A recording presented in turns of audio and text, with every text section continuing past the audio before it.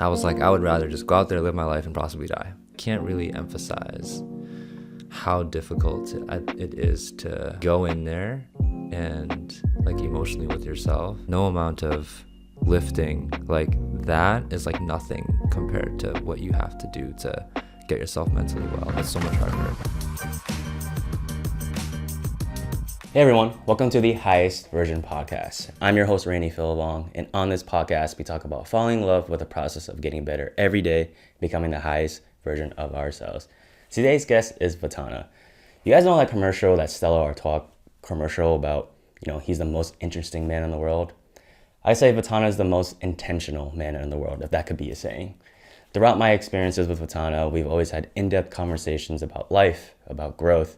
He's unlocked things of my potential that I didn't think that could come out of who I am as a person and what I can discover as a person. He's the man behind Strive for Change Lifestyle, which is a low-based dance community, and the convention Eat, Sleep, Dance, Repeat. This man is truly a man on a mission, and I cannot wait to get to our conversations and for you as the audience to get to know him a lot better. So let's welcome Vattana. Hey man, how's it going? It's going well. How are you? Good. Thank you so much for coming on. And, throughout our times, even before me creating the podcast, like we've had conversations about, my aspirations to do it. Mm-hmm. And for it to come to life is kind of crazy. Yeah. But for you to be as a guest and the kind of content that or conversations that people will listen in on for us, I think is going to be truly amazing and that a lot of people can learn about. So yeah, man, before we get into things, I want to introduce the Funko Pop of the episode, and that is Aang from Avatar: The Last Airbender. Yeah. So I know when I asked you about fun facts, about yourself, you said Aang, like you are like not like I resonate with Aang, you're like I am Aang. Yeah. So if you can talk about why you resonate with Aang so much as a character. He's really optimistic and positive, tries to find the good in things and, throws in jokes and stuff. I don't consider myself funny though. And he prefers like the peaceful route when it comes to things. Mm-hmm. He's not trying to destroy his enemy necessarily. Mm-hmm. So I'd say like that, but really just like the premise of what he's supposed to do as the Avatar is what I resonate with. And that's to master the four elements. And for Aang, he's supposed to master the four elements so that he could save the world. And so for me, it's like there's a lot of value in learning from people in each nation, eventually mastering each element. And so to me, that's just like personality and emotions and learning how to see the way someone else sees. Mm-hmm. And so like the last few years, I'm dating a Scorpio, and it's like she's a water sign.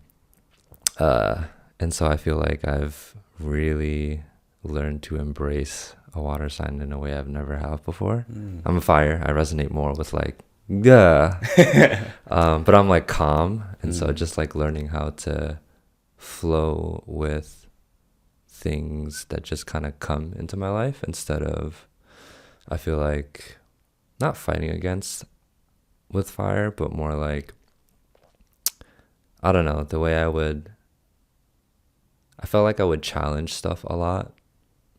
But water to me was just like, it's not really about challenging, it's just more about adapting and kind of moving with like whatever the wave or the sound or the energy is, which is like really different. Yeah. I think I'm more used to maybe if something doesn't resonate with me or if I find a different angle, I like to stand on that and challenge an opposing thing instead of being like, yeah, I'm gonna just go for the ride. I'm not really much of a go for the ride kind of guy, but I've grown to be because I've been trying to master water essentially. Gotcha. I do want to get into, obviously there's a lot that I want to get into with you, and I think one of them is what has shifted, or what event in your life has shifted you to become so intentional? I wasn't really conscious until I was 16 years old. Okay. It's like kind of how I put it. I've always had an imagination, which is really still a very important part of who I am. So when I was 15, I got really depressed. When I look back at it as like an adult, I'm like, that's silly. But for what it was at that time, it's like, no, it's pretty real, everything that I was feeling. And it did affect me like a lot. And it was just like it's like a little heartbreak. And it was something that I just kind of kept playing back. And I was like, I should have done it this way. Or like, I was so dumb, I didn't understand, whatever. I never ended up dating this person. And so it's like the one that got away and like I was in love, but I didn't really know her, right? Mm-hmm. So as an adult, I'm like, but I don't really know her. It was just more like a shit ton of lust, right? And it's just like, it never happened. So that experience that just like took me forever to get over, is what led to me just like being super sad and like not really remembering school and classes and anything that I did for that year. And so fast forward after all of that, by the time I was 16 and, school came around, I really started to focus on dance. And I was inspired by America's Best Dance Crew. That to me was like the final push. I was inspired by other things previously to like dance and things like that. But that was like the last piece that was like, I think this is something I want to do, a little more seriously. So that's when, at 16 years old, is when I got more serious about it. I was going to say, when we're at that age, like 15, 16, right? We think, when you look back at it as an adult, I agree with you. Like it's like silly. Like, why would you like be so hung up about that? Yeah. But because at that time, like you're just in that world and that's all you know. Yes, it's going to like devastate you. And for me, dude, like even my freshman year, I liked someone for that crush became 2 years and then became my girlfriend and then now an ex. Anyways. Yeah. I was just like, I was so, I think, afraid to act upon my crush on her that I set her up with my best friend because my best friend liked her and then she told me she was interested in him and then I'm like, I was gonna be like, hey, I like you though, but I was like, no. I was just like, if that's what they want, then I'm gonna provide that. And I remember telling her afterwards, and she's like, why would you do that? Like, yeah, that is crazy. Yeah, and I'm like, well, like I didn't want to disrupt anything, and I felt like you like really wanted, if you really liked them, then like why would you want to date me? All that stuff. But I remember when it happened, oh dude, I was like, why did I do that? Like, why did I not go after what I wanted? And I know that kind of made me sad for a bit, and then I kind of eventually just moved on. And with that component of the heartbreak and dance, so was it only intentional on dance, or was that like a trigger to be intentional about life in itself? Making up my mind to like get serious about dance was the first big intentional decision I made. I was hesitant, so I was like, I'm never going to be hesitant again. I can't do that to myself anymore. If there's an opportunity, go for it. Those types of things I would like, as I'm grieving and going through this, like what if and why and all this crap, I was like, well, here's the opposite of what I did. So I need to now do these things if I don't want to experience this pain again, right? Yeah. So I became intense as fuck about all that stuff. So the intentionality and intensity was like very real. I'm like, okay, I'm going to dance because it's fun, and I think it's cool. And I had this vision of wanting to help cultivate a scene in Lowell. We already like had one just because of the roots of it, but it wasn't all too big or not too well connected. So again, there was already like some crews in existence that were my generation, and then a generation above us or prior to us. There's breaking and there's also choreo. And so I was just like, oh man, it'd be cool to just like have there be so many of us. And it was like, I didn't think too hard about what it would look like exactly, but I was like, it would just be nice to, you know, and also because Lowell has like gangs and stuff like that, that it'd be cool to give the community another activity to do, you know, that's not just running around the streets or even just sports. Mm-hmm. So once I started dabbling in dance, I immediately received pushback from my parents, and it wasn't like intense of like, don't do that. They weren't happy about it. And I didn't understand. I've always also been the kid that asks why, but I never got answers from my parents. And so, you know, I would do the same thing, like, oh, like, why is this a problem, you know? And that never getting an answer that made sense, only, you know, for me, it's like taking that as fuel, as an opportunity to be like, well, I'm going to do this thing and I'm going to prove a point. Mm-hmm. And it's like that whatever you think dance is or whatever, it's like, you're wrong. And I'm going to do this thing and, you know, prove that it is something that is okay to do. But I also saw it as a career opportunity. I wasn't too bullish on it at 16, mm-hmm. I want to say. I wasn't bullish on it until 19. So I wasn't like, yeah, this is going to be my job. But I was like, no, it's possible though. Mm-hmm. But people around me weren't thinking that way at all. I think everyone was pretty much locked into like, you know, typical pathways. That typical pathway. So yeah. I'm out here trying to do this whole thing and no one really gets it, mm-hmm. you know. That conversation with your parents at 16. By the way, at 16, I feel like it's very courageous to be like asking those questions, right? Yeah. Especially going like, are you also first gen? I am first gen. Okay. So how, if you could maybe elaborate on that conversation real quick about how that went, because I feel like a lot of people just get that kind of same thing of like asking why. Yeah. And they just get like, it's not a real answer. It's just like, oh, because I said so. Like, how did you feel? What words were being said? Yeah, I don't remember. So I'm just gonna imagine, because just based off my personality type, mm-hmm. and just like history as a kid, that typically it's like I do something and then they might say, oh, don't do that, or whatever, like try to make me stop. Yeah. I'm like, oh, why? Right? And it's like, don't ask why. Mm-hmm. Like, just don't do it. Like, that's stupid. Mm-hmm. So that's kind of like, that's it. That's like the answer to anything that I wanted to do or was doing that was a little different, outside of what they felt like was appropriate for a very long time. So that would like start to change like after high school really slowly. But it's this idea of like your opinion.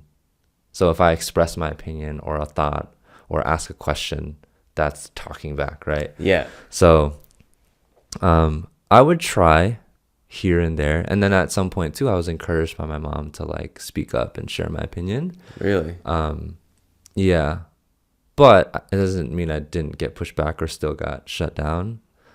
So at some point, I think I just got tired of like, what's the point of even sharing or asking or whatever, right? So I'm just going to distance myself.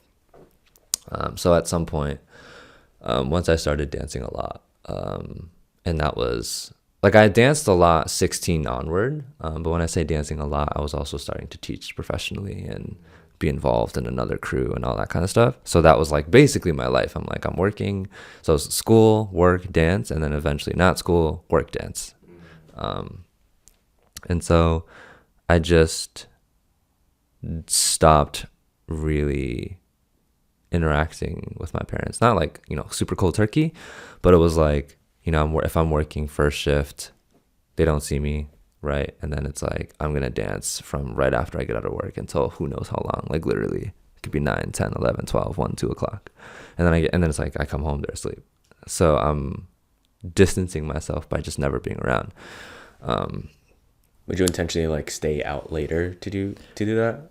Yeah. And it was never easy. like the moment I was like allowed to be out, like kind of on my own, because prior to that I even wasn't allowed to do that, that it's like, oh, you know, your curfew is 9, 10, whatever, and I never ever would get there on time. And so every time I would try to like explain, like, you know, it doesn't work like that, it's like I'm part of a team, and or like, you know, whatever, like if I have a really important role, or like I can't just be like, hey, like, can you take me home, because I'm not driving yet in my early days. So it's like there's other people involved, I can't just like get up and go, you know. Or, you know, if we're out late or we're eating or whatever, that like, you know, my mom would text, call to like check in or ask when I'm coming home, and I would try to give a rough time. I was always off. We would try, but then I would, like, the way that my mom would react, you know, negatively would be, she either, like, say I try to call her back, she wouldn't pick up, or the door would be locked and I can't get in the house. Oh shit, really? Yeah. And it's not like I'm like homeless or whatever. It's like she's like being super petty because she's like upset. And then it's like either she would unlock the door at some point or my brother would, Kyle. Yeah. So there was a lot of that, like, for so long, just because I'm like out past whatever time that she would want me to be. But I would just kind of like keep pushing, and eventually it's like that window of time would get longer, right? So it's like, instead of 9, 9:30, 10, 10:30, 11, and it's just like eventually at some point it stopped. You know, I don't know when. So that's all a blur. But again, it was never easy. Dance for me, and doing it the way I wanted to do was never easy. And then, you know, I tried to, you know, explain that and share that with my students and my peers. And when I started my dance career, I was dancing, choreographing, teaching, and I was doing everything. I did all of it from start to finish. So I'm choreographing entire sets. I'm mixing the music. I'm reaching out to places. I'm getting us gigs. I'm making us money. I'm speaking, I'm doing all of it, right? And that would go on for a very long time. And as I would continue, I would try to empower my peers to do the same thing, you know, people on my team. To be like, oh, like, you should choreograph or whatever. And it's like, and just to say that, like, I wasn't just like, this is my show and I'm doing everything and I want to do everything, but it's more like I want to try to empower my peers to do stuff. But there was just always issues with that, and I'm not gonna say it's like completely their fault or anything. For my entire career, I take responsibility for like the things that I was inefficient at, or like was a dick about, or whatever, that I like don't remember too well. We had the conversation of having a hard time with your parents expressing yourself with dance and how important that is to you. I just want to know, like, how, because from my perspective, when you were talking about it, I felt like barriers were being built more and more as you were pursuing your passion with dance. And I feel like that may have taken a hit on your relationship with your parents. So how, from there, like, how did that evolve to where it is now, or has nothing changed at this point? Maybe for like a solid 10-year run, I was like, I'm not trying to be like my mom. And, you know, there are certain phrases and ways of thinking that she does that I just like couldn't jam with. And so I had this moment. So hopefully I don't lose the question, right? I'm giving context. So there was a moment where I had lived in Gardner for like 3 years during middle school, from like 12 years when I was 12 years old until I was like 14. Came back to Lowell as a freshman, and it was right before school started. I remember asking my mom, I was like, oh, like, can I you know, go to the movies or whatever with friends or something? So maybe this wasn't right when I moved back, but like maybe a little bit after making friends and reconnecting with some old ones. And she was like, nope, you can, like, we could talk about that like after high school. So prior to that conversation, while we were in Gardner, she told me that when we moved back that I would be able to do something as simple as go to the movies and she could drop me off. So she said no. And I was like, what? You broke the promise. Like, you said that I could do this. And so that, like, my life flashed before me in a lot of ways. And I was really upset. I couldn't do anything about it. I was mad and I was sad and I was confused. And then I just, like, was finding answers in my mind of, like, how could that be? Like, and you're not giving me a reason, right? So that was the first time it, like, finally clicked to me that, like, oh, it's as simple as my mom doesn't want me to die. So, because it made me think about the way that she communicates to me and the way that she moves as a person and the choices that they make and the stuff that her and my dad tell us to do instead of the thing that I want to do, right? So it's like, oh, like, stay home. Not even stay home, because not like going out is an option, right? But it's like, oh, we should, like, read or, like, do homework because it's safe. And you're just, like, in there, right? And it's like, oh, because I've also been, like, rejected. So, like, I can't just, like, go out and, like, to a basketball court. I can't do that, even though I loved basketball, you know. Ridiculous. So I was like, it makes sense that she doesn't want me to go out anywhere because I'll probably die. Because the way that she talks about stuff, like, oh, like, it's really dangerous. There's a shooting at this theater, or those are this here or that there, or this there. And so when that all just, like, hit me in the face, and just me finding that answer as a young kid, I was just like, you know what? If you're saying, no, I can't do all these things because there's a chance that I'm probably going to die, there's no way I could live like you. I can't. That's already driving me crazy. So, like, I just can't. And so I was like, I would rather just go out there, live my life, and possibly die. So that's also the day that I, like, was no longer afraid to die.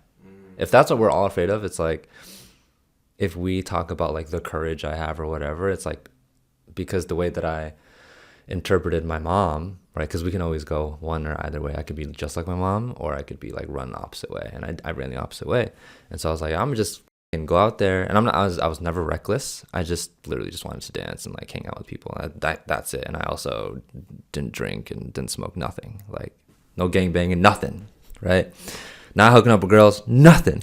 So I'm straight edge. I just want to dance and hang out. Like, that's it.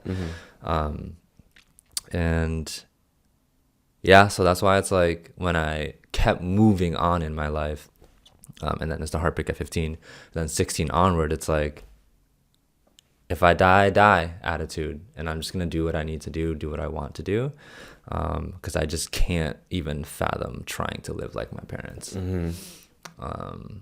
And so I want to say, and I don't know at, like, what ages specifically, but as things are getting worse, because I'm more hardcore into dance, right? Things were fine while I was in school. And then the moment I wasn't in school, that's when it's like, it slowly started to get worse, because it's like, it's one thing if, like, oh, okay, he's still in school and he's dancing.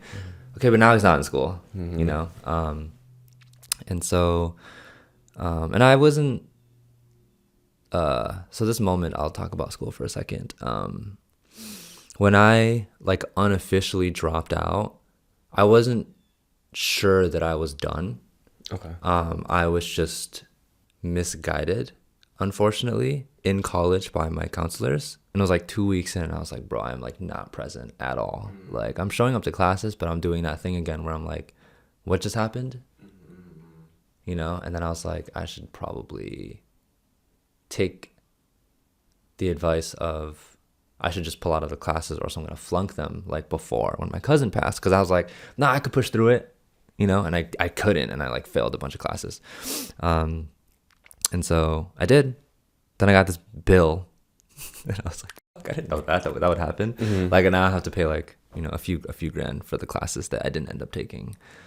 And I didn't know that that's how that worked. And again, school was never completely off the table. I just wasn't sure if I would go back, and, like, for what exactly. But at the time already, I was already teaching dance and making money and building a career for myself. And I was like, I could make it without school. And so I just felt really confident in what I was doing. And I just kind of ran with dance for a super long time. So that's like a lot of context, bringing it back to my relationship with my parents, that there would be a slow decline from there because, they're not necessarily excited or proud if their friends are like, what's your son doing? Right? The number one question. Yeah. And it's like, whatever. So yeah, basically, like, unfortunately, it's like after the passing of my father that the relationship between my mom and I would have a chance to get real and stronger. So not that it wasn't slowly getting better, but it had limits because of, with my stepfather and his opinions. You can't make everyone happy. You can't have these real conversations without like some shit like really opening up, right? And so they were supposed to divorce, but then he got sick. Like we were on that trajectory of like, okay, we're going to end this, right? Because we can't work. We're going to wait till Kyle finishes high school. Yeah. But then falls sick. Then all this guilt and shame kind of comes around, and my mom, blah, blah, blah. So it gets better, but also not in the meantime, prior to my father passing, I was also really adamant about exposing my mom to my friends. Okay. So I would always invite my friends over. I would always run into trouble with this too, because I'm just like, I'm hard-headed in the sense of like, I'm trying to prove my mom wrong in the way that she sees the world, of like, not everyone's evil, not everyone's out to get you. Yeah. It's okay that my friend knows where I live, like that kind of stuff. Yeah. She's just like in this box, paranoid, doesn't have any friends, and it's just like, I'm gonna prove to you that I could be really close to my friends the same way that you think family is everything. To me, I don't think that way. I'm like, your family has hurt you. You're nuts, right? So I'm like, yes, friends can do that too, but you can at least choose your friends. But also, I just don't agree with a lot of your values. So me dancing and me building a community and like bringing my friends over was such an important thing. And again, it wasn't easy. Parents didn't love it. And when I say they didn't love it, it's like, what do I have to deal with? I have to deal with like verbal attacks. I mean, at some point I eventually stopped getting like, physically disciplined.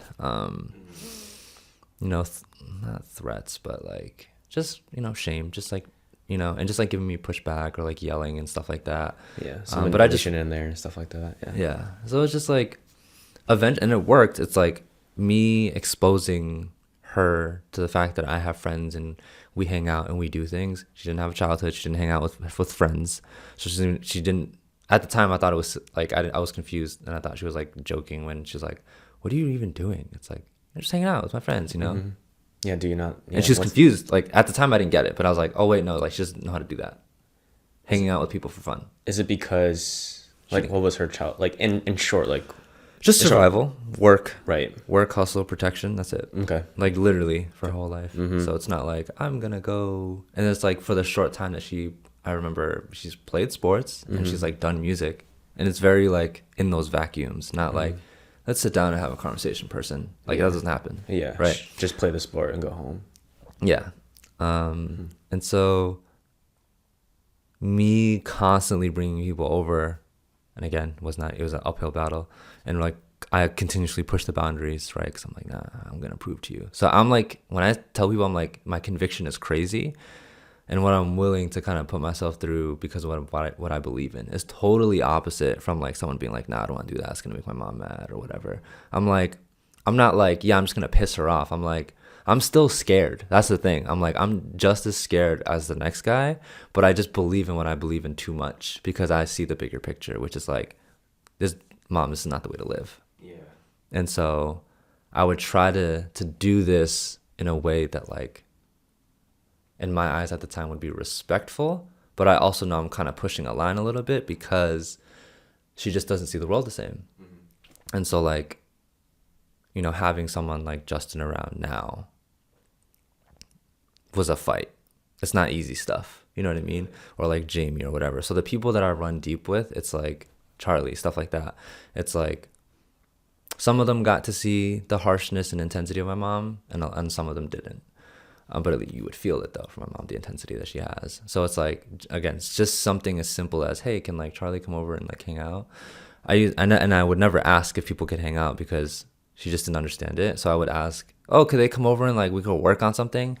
Work is okay. Yeah. Mm-hmm. So it became a habit of me asking about work or like working on a project or something. Yeah. Instead of just hanging out for fun and do nothing, because she doesn't believe in that, because there's always some work to do, Right? like in the house or for the family. So it's like if I'm caught playing, it's like, what are you doing? Yeah, why are you wasting time? You have to work, right? So that's also, work in general is deeply ingrained in me. That's something I've had to heal, which I'm pretty good now. There's still things that we might butt heads about, but she would become more open over time once I like just became aware too of like, as I'm healing and doing all my work for myself, that I would start to recognize certain things in her, and like you could say that I was more thoughtful about change and understanding her perspective and where it comes from and helping her dig deeper, all that kind of stuff. Yeah. And like helping her notice certain patterns that she has, all that type of shit. So it would become more sophisticated and wise instead of like, here's my belief and you should believe this. Now it's like, let me understand how this came to be now that you're willing to share, and we can go to these places. And sometimes she still comes at me and it's like, just let me. Yeah. So it's a lot. It takes so much work. Yeah, no, for sure. I for this past maybe year and a half when I was in therapy, that was like one of the main goals, was like so growing up, I think just like yourself, I had this fear of, I wouldn't say fear of my parents, but there was definitely a fear of authority in it, because again, there is that hierarchy in Asian culture, is that like parents, if you express any of your opinions, that is talking back, which from a sense like doesn't make sense at all, because then how can I find my identity, and all those practices to express yourself are limited. Basically it's not even there. But with therapy, like what I was working on was taking away that title of authority, association of authority with my parents, and stripping that away and looking them as like parents, or sorry, people. Yeah. And when I was growing up, because there was turmoil in my own like immediate family, I like yourself was like, family isn't everything, and like I need to rely on my friends because they are the ones that I can truly express myself to. And be truly express myself and can feel comfortable doing that, which in a sense, like I feel sad that I just had to say that, because I am a big family person. Like I will be there for my family, but that's because of all the work that I did to get to the point that it is now. Like through therapy, I was just asking my parents about like, how their childhood was, where they came from.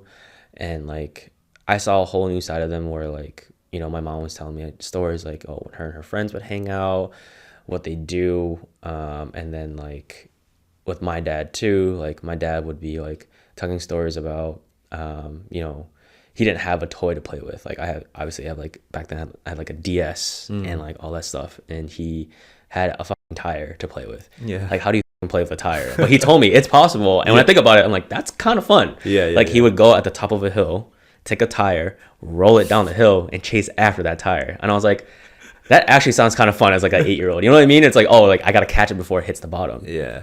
What's even funnier is that he's like, well, if that tire broke, either A, you look for another tire, or B, you get duct tape up that tire, and then do it all over again. Yeah. And it's just like, that's his version of fun. And then to see them as real people and not just someone of authority.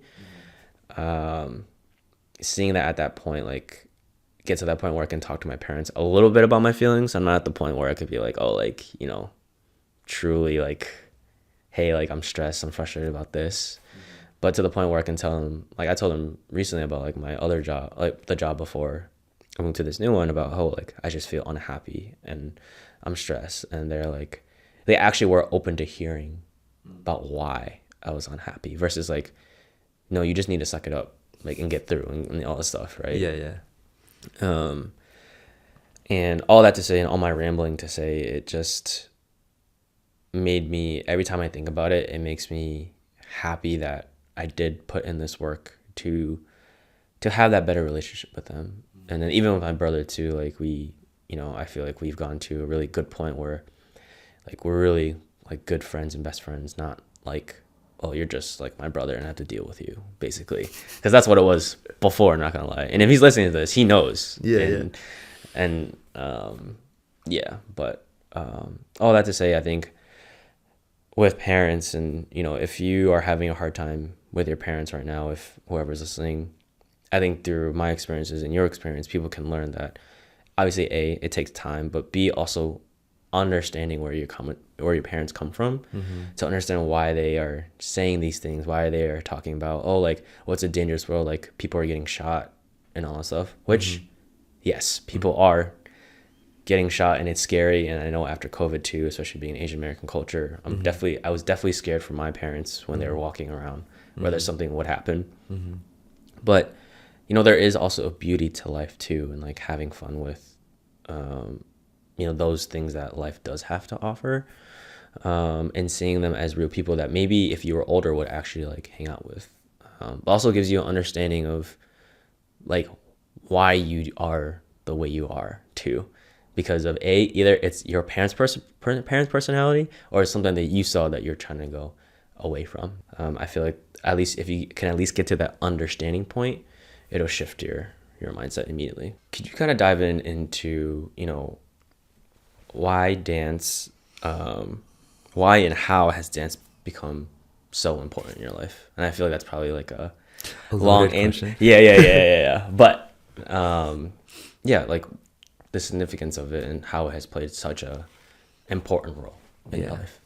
I mean, because of my relationship with my mom at the time, like there was a lot of dancing in my room, so that was something that helped me just process, and it gave me something to work on.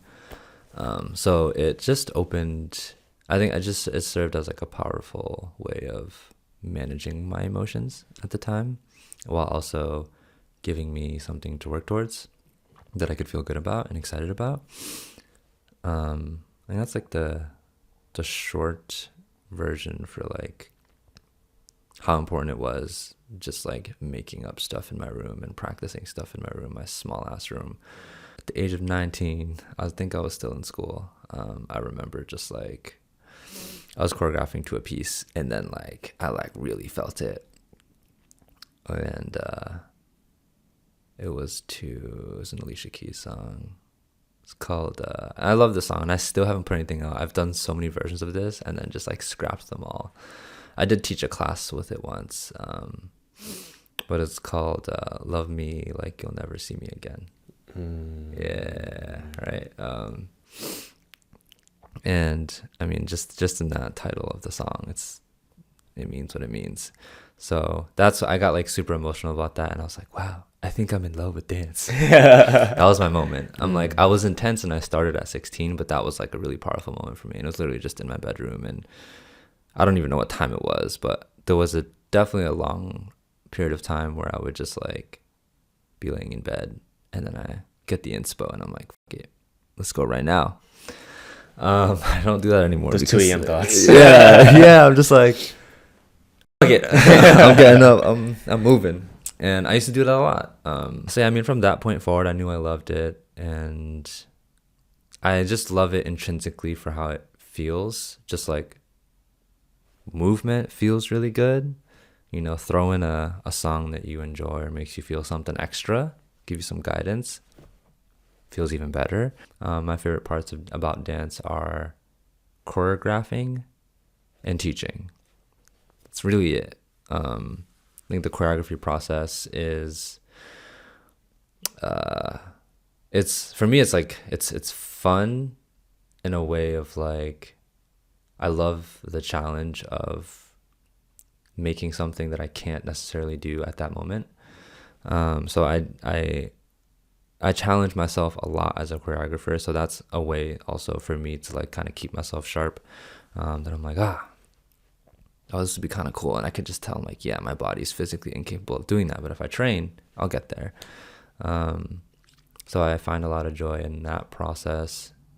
I get hyped about it when I'm like, oh yeah, I like, I did it. I did the thing. Yeah, by myself. I was like, that's how I know I enjoy choreography. And then the teaching part is just like communication, with a group of people or with a person. And that exchange for me is really fun. I like being a teacher. I think that's just something that brings a lot of joy to me. The platform, because of teaching, that helped me develop my leadership ability, organizational ability, my vocals, because I was pretty soft-spoken growing up. I'm still also pretty chill like now, but I mean, because I was shy, so I couldn't really project myself. Now I have like range and I can like speak up when I need to. It also helped me just like better understand people and also my communication abilities and stuff too, right? So it's like if I want someone to understand or get my choreography, I have to learn how to explain it well. And there's no book for that necessarily. No, there's not. It's one of the hardest things to do. yeah, not at all. So it's like, for me, when I started teaching kids, so this was like, again, around 19, the magic number is like 16 or 19, or 18 or 19. I think it was 18 actually. I forget. That really evolved me as an instructor, because only prior to then I was teaching my peers. So when I started teaching kids, I was like, whoa, like teaching a 5-year-old is way different, obviously, than teaching someone that's like 17, 18, 19, 20, whatever. And that's like what set me up to like really learn how to teach significantly better. Because I remember like just trying to break down something as simple as like a Dougie, right, during those times. And it's like, oh, it's not just like, I can't, that child, if I'm really trying to help them get it, it's like, it's not that simple. They're offbeat, the steps are all wrong, whatever. So I'm just like, okay. So that's when I started to learn that, like, I had to really rethink the way I'm communicating movement. So what I used to think was like 1 or 2 moves is like a culmination of a bunch. So I'm like, if you want to get good at teaching, like, learn how to teach kids. Yeah. Even if it's for a short time, because you'll realize how awful of a communicator you are. So it's like, because they're lost. They're like, huh? And they're going to try to mimic you. But if you like even say like, if I'm trying to teach something advanced or whatever, I might be making assumptions that they know certain things or can do certain things, but I'm wrong. So that was just like a huge part of my growth as a person, dancer, teacher, and it all just kind of like mixes in with like the same way that you communicate with using just words and, making things clear. Yeah, it just taught me so much about communication and how people, children perceive information and all that kind of stuff. Gave me a lot of confidence, stage presence, and just like being social. It's a huge part of my ability to be social with people. So it's not as a relevant part of my life today, but it is a strong part of what has raised me and like gotten me to grow up. Yeah, for sure. How do you feel men's mental health is in today's world? Okay. And the stigma around it. And the stigma. Okay. Mm-hmm. I do think with time it has gotten better and it'll continue to get better. The stigma part, which is good. I think culturally we're just really slow to getting hip to anything positive, or needed. I know, just according to people smarter than me, that our mental health is worse. And that's like on a constant decline. And I also know that male suicide continues to go up. So there's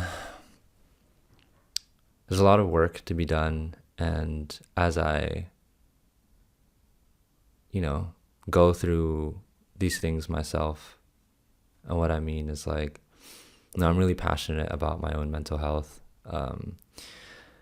And I'm excited about, improving myself and healing. But I also know it's like hard as fuck. Like I can't really emphasize how difficult it is to go in there and like emotionally with yourself and just do the healing.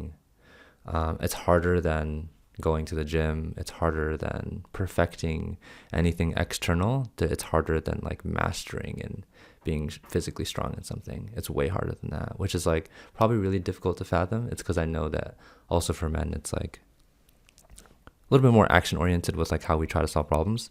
And so it's like no amount of lifting like that is like nothing compared to what you have to do to get yourself mentally well. It's so much harder, and you can't lean on that power in the same way. It's a way different type of power that you have to tap into.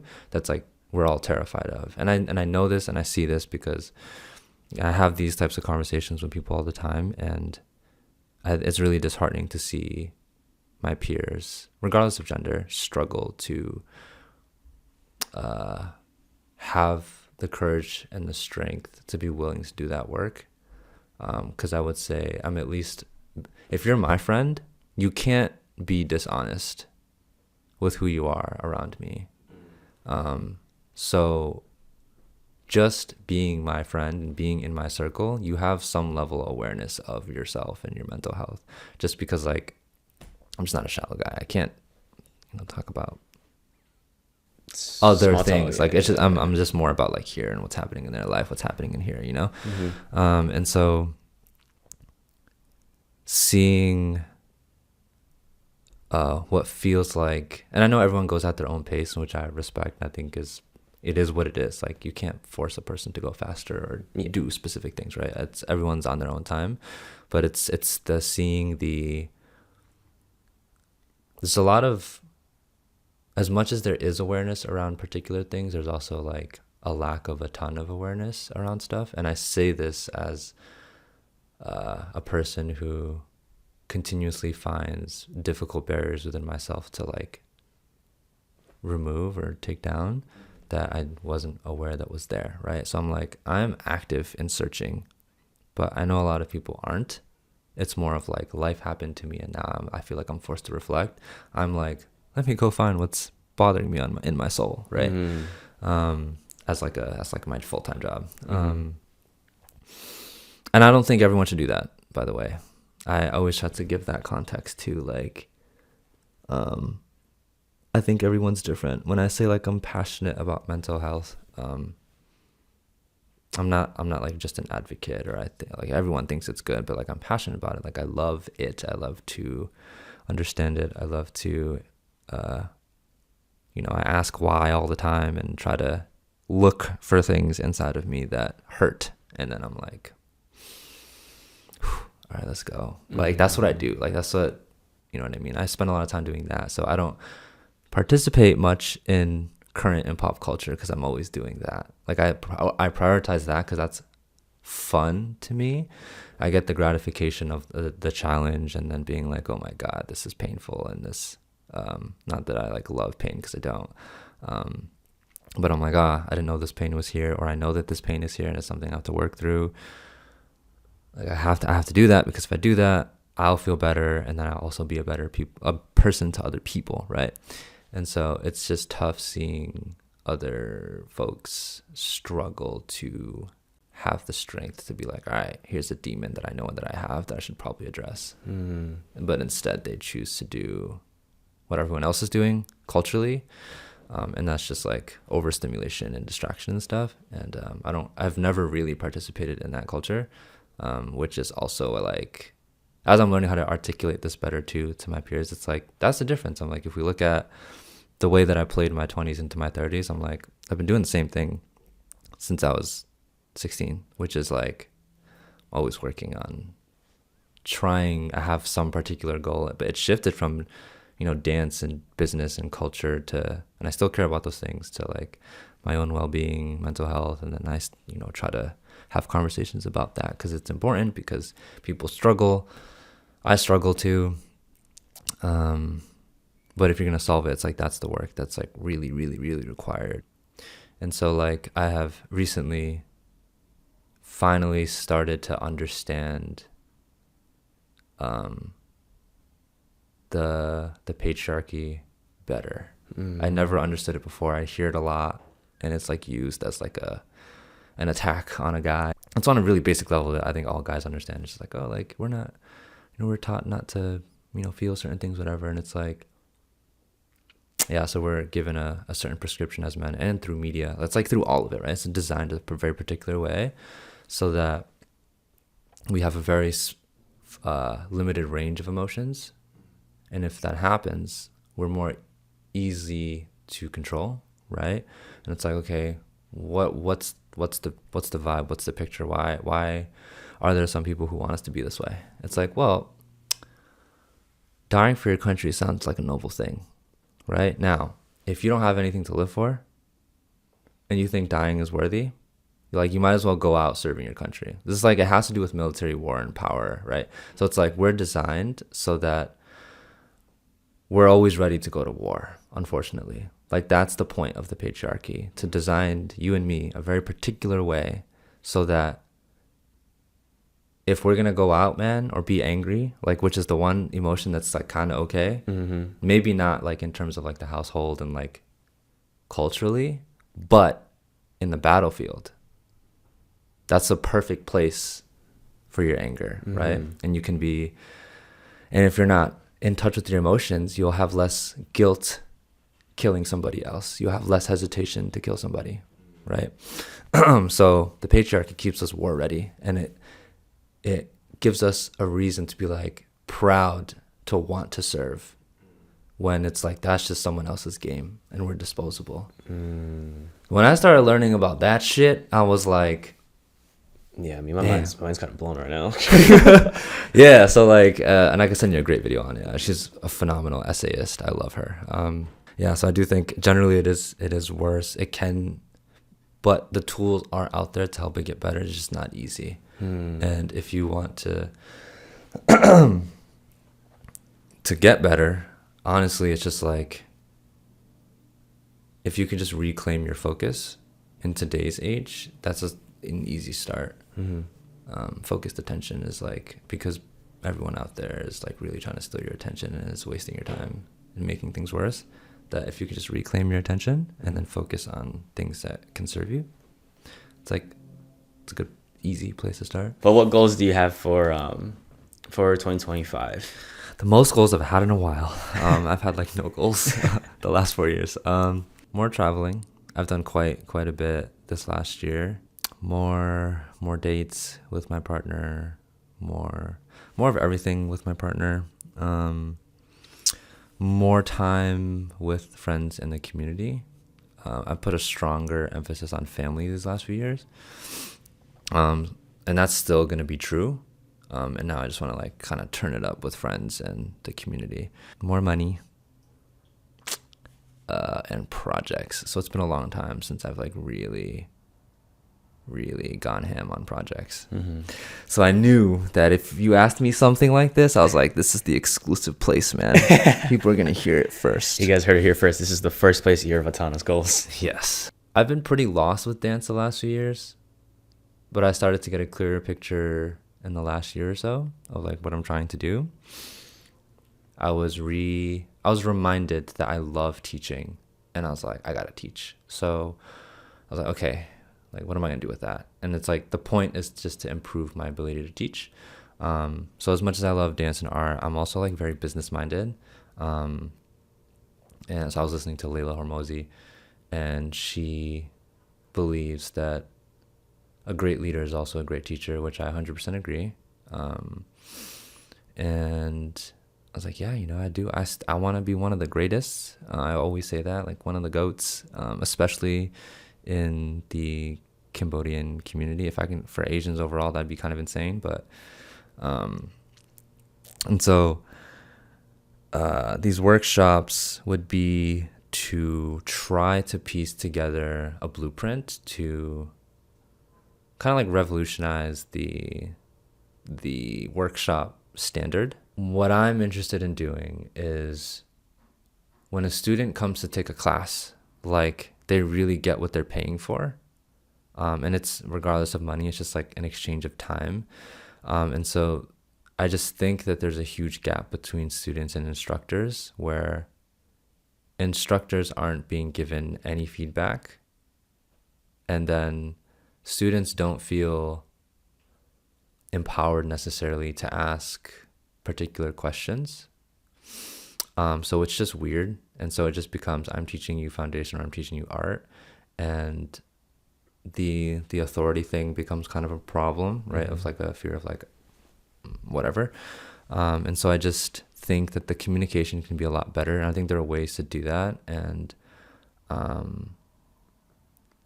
yeah, I just think there isn't, and I wish I could articulate it a little bit better, but I don't want to spend too much time on this in this podcast. But I want to be able to take like a 60-minute class, 90-minute and a 2-hour, and just like kind of designed like literal formats that are based on data to help a student better learn information, but then also helping kind of creating a feedback loop so that the teacher can also improve as well.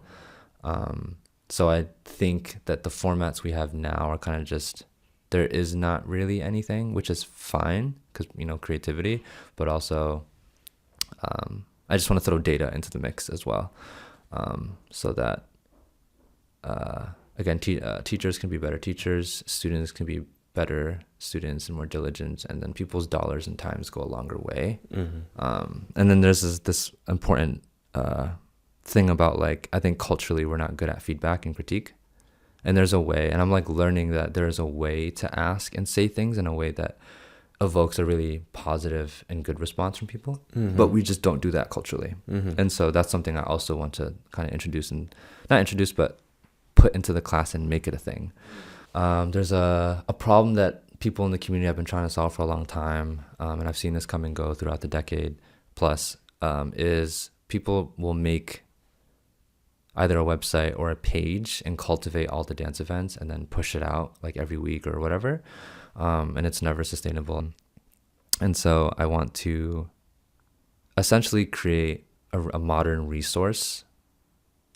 I'm not going to say what it's called because maybe someone could take that. But it will be a resource for the community. It would just be like simply like a link. So how I would use it as an example is like, I teach a class and there might be a blend of styles in what I'm teaching, right? I might be able to tell you at the very least, I'm like, oh, this is popping, right? And then I'm like, but I'm not the guy. Like, I cannot teach you all that is popping. And so, you know, coming from the culture, it's respectful to be like, well, you know, share the information where it is, right? And so I'll never say I know something more than I do. And so I'm like, but what I can do is like, okay, here's a link to the resources that I have today in relation to popping. So you could just go on the website, look for popping, because that's what that was, because you told me you really like that section. Yeah. And then you'll see like a few names. You might see like the creator's name and like a few other people. And that would just serve as like people who are of the culture and do certain things that you can just like contact, or like if they have videos or whatever. So that's something I want to build up as this huge tool, and it's helpful for people like me who may, like, you can be just not knowledgeable, but if you at least can be like, pass this link on, because yes, I did some light feed, but I have no idea really what the fuck I'm doing. And I say that as someone who's like, there's a lot of us who don't know what the fuck we're doing, but I think this concept is like, this is the least you could do, without necessarily having to do and be the most. So I'm like, how do you solve that problem of like, okay, plenty of people are not willing to do the work in some way. If this can help bring energy to the correct people, because if I'm going to put in the work to build this resource and then spread this out, that's more digestible and simple and is bridging the gap between ignorance and like a huge culture, like that is so easy to do, is like what I'm saying. And I know that people struggle to do the hard thing. So this is me trying to solve my own problem of like, I don't know all these things either, right? So I'm going to go out there and learn, and I'm going to compile it and pass it on. And then it'll just keep being built by the community as I learn, we learn things and put the information down. And the final big dance thing is I want to do an entire dance, and it's probably not just going to be limited to dance. It's probably going to be like more on the theater side. To Kendrick's Good Kid, Mad City album. I've told a few people about that, but I'm just like, I just feel like it's such a good hip hop album, and it needs to live for as long as it possibly can. I mean, I love it personally, so it's like to throw art on top of, you know, a masterpiece to help it continue to grow, to stay relevant and to grow. To me, is like will be like my contribution to the culture, because I'll be working with a shit ton of people, and I want it to last and to be super dope. And the finance stuff, I'm in the process of launching a janky ass website. That's been a goal. That's just gonna be more. It'll have like, it's not about like the program, but it's more about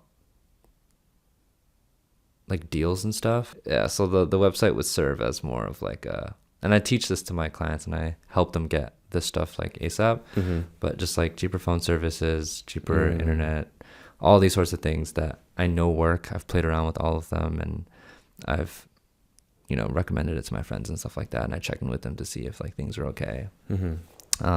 So that's what I would have on the website, of just like, if you go to it, it's like, I will basically help you save money in all the places that you care about.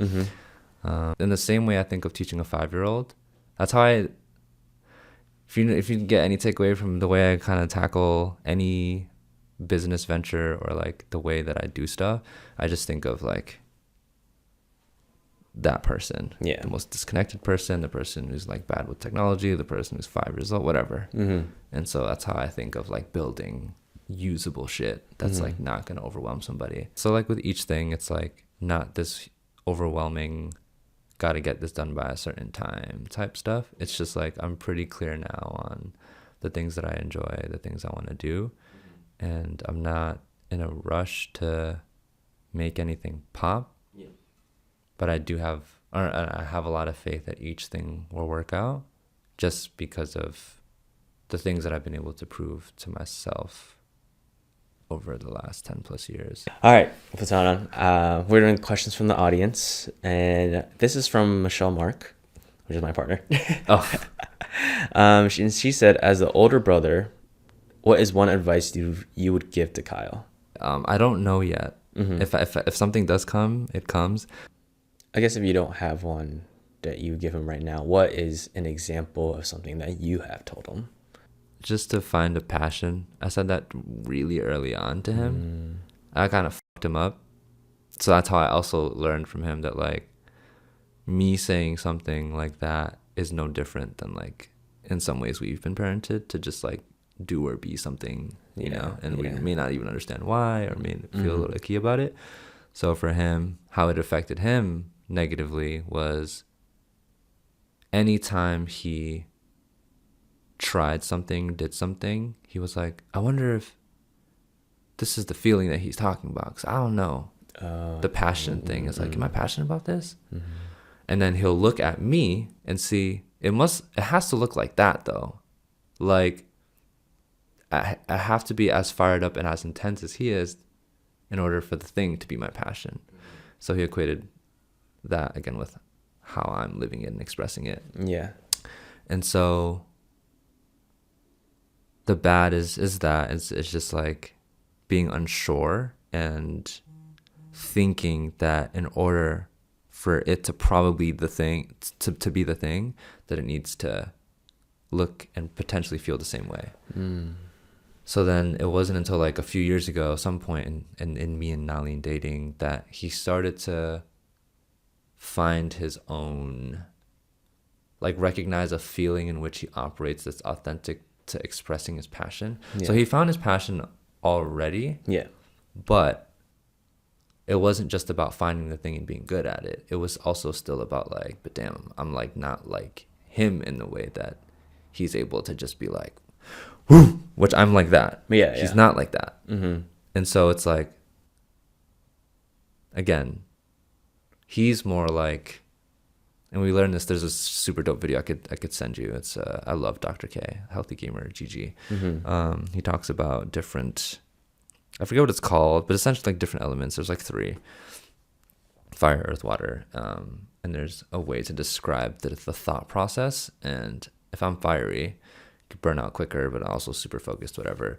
And then I think he said like he's more like air, where it's like the personality type is that you have to juggle a few different projects at once because you get bored quick or you lose inspo. So it's like, you're not like a fire, so don't try to be like that. So that's what he's doing, right? So it's like, once he started to, he was like, that sounds like me. That sounds like it makes sense. He started doing that, and it's like, it just changed the way that he saw himself, how he moved, his productivity, and all that stuff. So like, that was the last unlock / you could say, like solving, healing, kind of. So I think, but I know that he's grateful for the passion thing because it was in his psyche to think about it. But I think there's too much pressure to find it, right? If you don't have something that you're really passionate about, it's just harder to want to wake up. Yeah. In today's thing, like, you can have fun, you can love things, and have people in your life that you can lean on and stuff. But I do think that there is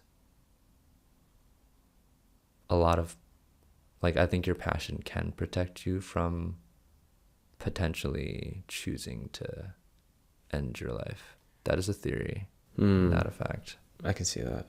Yeah. So before we get into the big 3 questions, I just want to give you your flowers, man. I think throughout us like having these one-on-one conversations, obviously I learned a lot about you, but also the type of person that you are, which I have and admire and feel like I'm honorable to kind of experience, just because you are intentional, and like that is something I'm trying to be focusing on now, just being intentional with my time, and what I want to grow and always work towards. But also like in our life in itself, like I feel like we're both students of life. I don't know if you got that from conversations that you've had with me, but I feel like I'm always learning and always something new, whether that's on mental health or like maybe from a content creation standpoint, or I'm always working hard towards something. And to the fact that like to have someone like you to have those conversations with about like always growing, always pursuing what we are passionate about is very fulfilling to me. So I want to thank you on that. I also want to thank you for opening dance and the significance that it has in my life. I think after that convention, I was just like, I definitely got better. For sure. I definitely got better.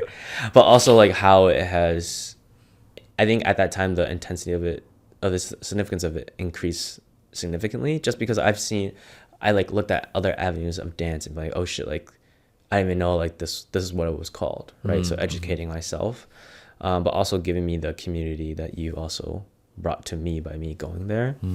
And yeah, man, just like looking forward more to like just keep growing together, seeing all your projects come to fruition, and hopefully all those like passions like get to the point where you want it to be. But I just know like how you think, like myself, learning all those passions, it's never gonna end. There is no end point, and that's good, because we're always gonna be working towards something that's fulfilling to us. Yeah. So thank you for that, and thank you for taking time to like come talk to me and just share your knowledge with the people. Thanks, man. This has been fun. Happy to see this is happening. Thank you. Yeah, it's just it was a lot in the making, but I'm happy it's here. So I'm gonna get into the big 3 questions. I call it the big 3 questions because there are 3 questions that I think can be very impactful to our viewers. So the first question is, and this is something I've been changing, I'm kind of testing a little bit. Cool. Is if you were to sit on, say there's a park bench, and you were the person you are now, okay, we were able to sit with 15, basically younger version of you, Vattana, what kind of conversation or what would you say to him at that time? I guess values that I think I strongly believe in today. I would just try to help them see the importance of the idea of impermanence, and like the words that come up are impermanence and being able to like make mistakes, fuck up as much as you can. You're young, you don't have that much to lose. You don't have to be fearless. Like you can be shitting your pants and still doing the thing. Yeah. This is about courage. And like overemphasizing the point of like resilience as like the key word, where like life's not going to get any easier. It's going to get more convenient, but it's not going to get easier. That you need to learn how to learn or protect whatever level of resiliency you already have. And if you can have that, you'll be okay. Because you are going to fuck up, you're going to fail, and I'm encouraging you to do so, not on some like crime shit, but on some like go try stuff. I did that. You know what I mean? A lot. I think school does a really good job at making you afraid to fuck up because of the way that it's just designed with grading and stuff like that. So that's why, to counter it, and real life is not like that. You can fuck up a lot and like keep reinventing yourself and like not be graded on it and still be successful and happy, right? So that's why like resilience is so important. And you don't get resilience by winning all the time. Like you get it by fucking up, losing, and getting back up, right? So that's like probably one of my favorite and I think most important things that I'd love to be able to overemphasize for anybody at any age. But you have to, as I know, like no one's going to care what I have to say if culturally we're at different places in our lives. And I don't want to come off preachy, so I have to do the work first of listening and understanding and be like, you know, I got a long road ahead of you, whatever, but it's like, promise you, school is temporary, the pain you experience is temporary, everything's temporary, even the happiness that you get and whatever. But like resilience, fam, like, so I would just like, I think, drill that point home. My second question for you is, what does becoming the highest version of yourself mean to you, and how are you doing that today? Highest version. Have I thought about this? Let's see. Back in the day, I used to think, this is funny, it changed. I used to think it was becoming the avatar, reaching the avatar state, right? Like unlocking it all and like transcending. What that looked like for me was like, it fell more in line with like Buddhist practices. And so being like, is that the point? Like really questioning like, and the reason I also started to question it intensely was after my father had passed, and I was understanding what the monks were saying. I was like, oh, but we're doing the opposite of what they're saying. We're all bawling our eyes out and we're staying emotionally attached and all that stuff. But the monks are like, and I'm learning translation, all that stuff, that's like, you're supposed, if that spirit is going to pass on, you need to let go. They need to not be worried about you here.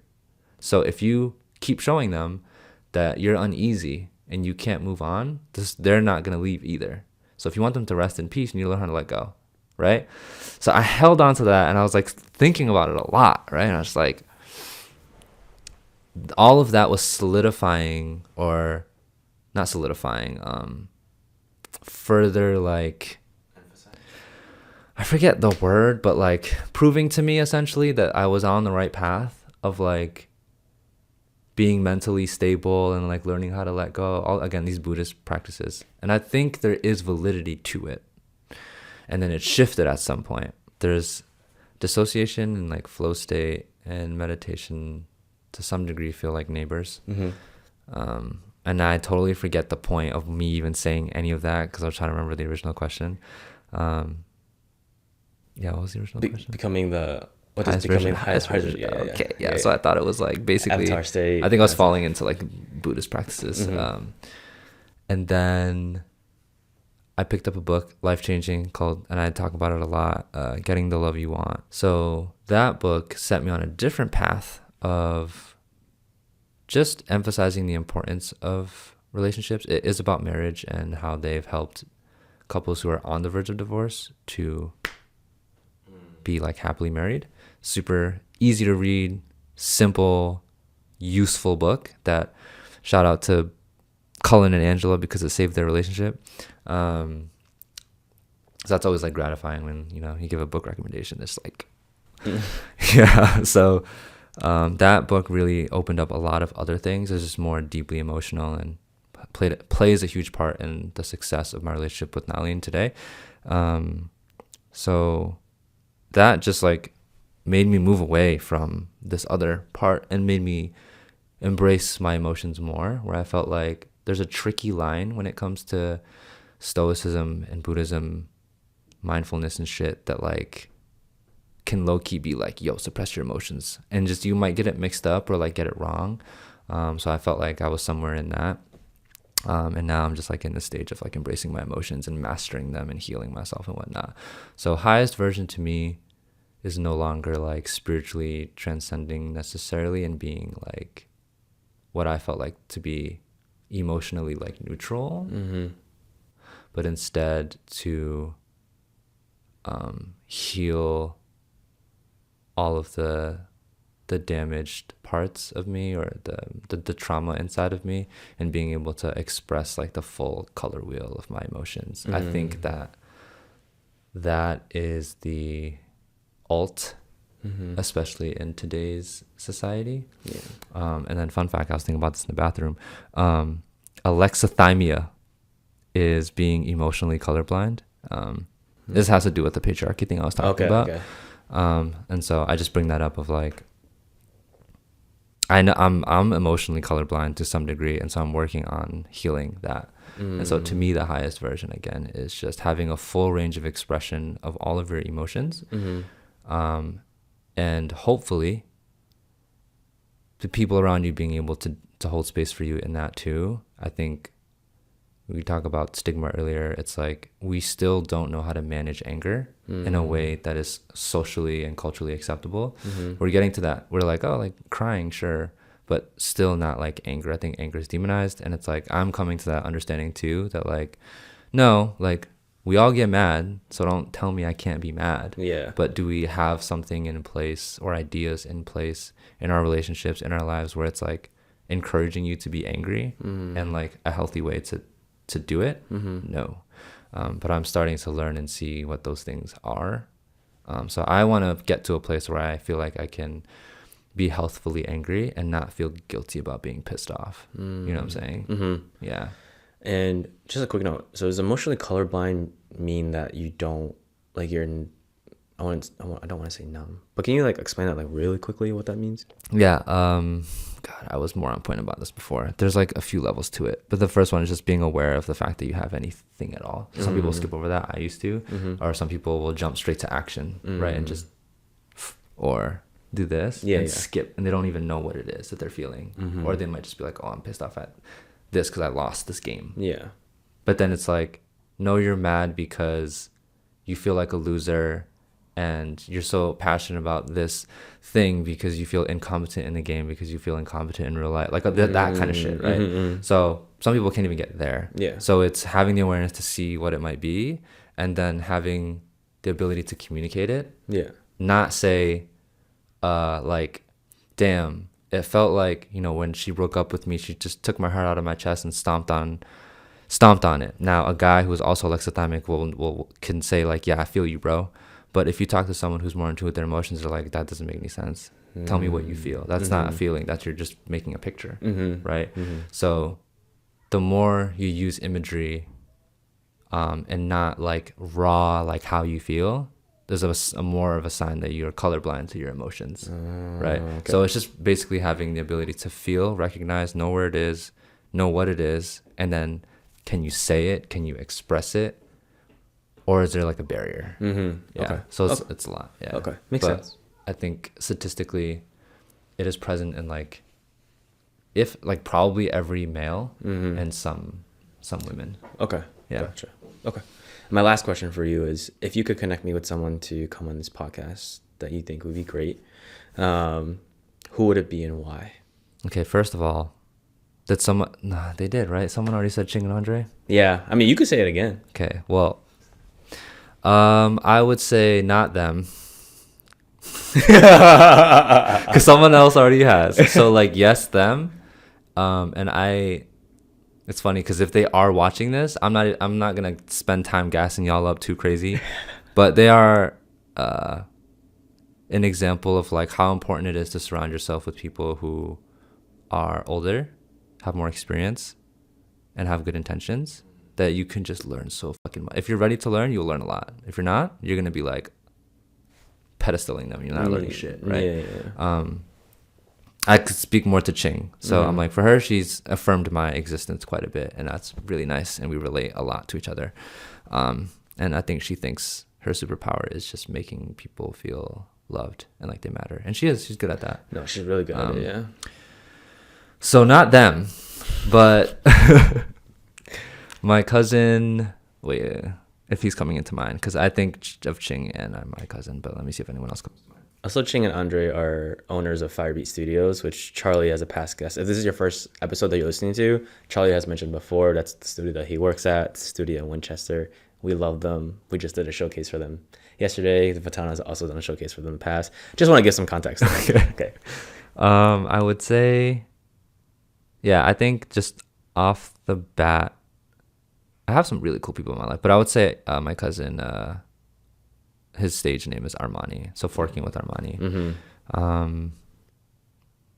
He is so unapologetically himself. It's rare. Mm-hmm. No, for sure. I remember him saying like, the idea that he can't be bought, and he has a lot of integrity. So it's like, he's like, I'm not a fucking influencer. It's like, I'm a blogger. I'm a food blogger. And I was like, yo, who says that anymore, right? Yeah, so he can't be bought.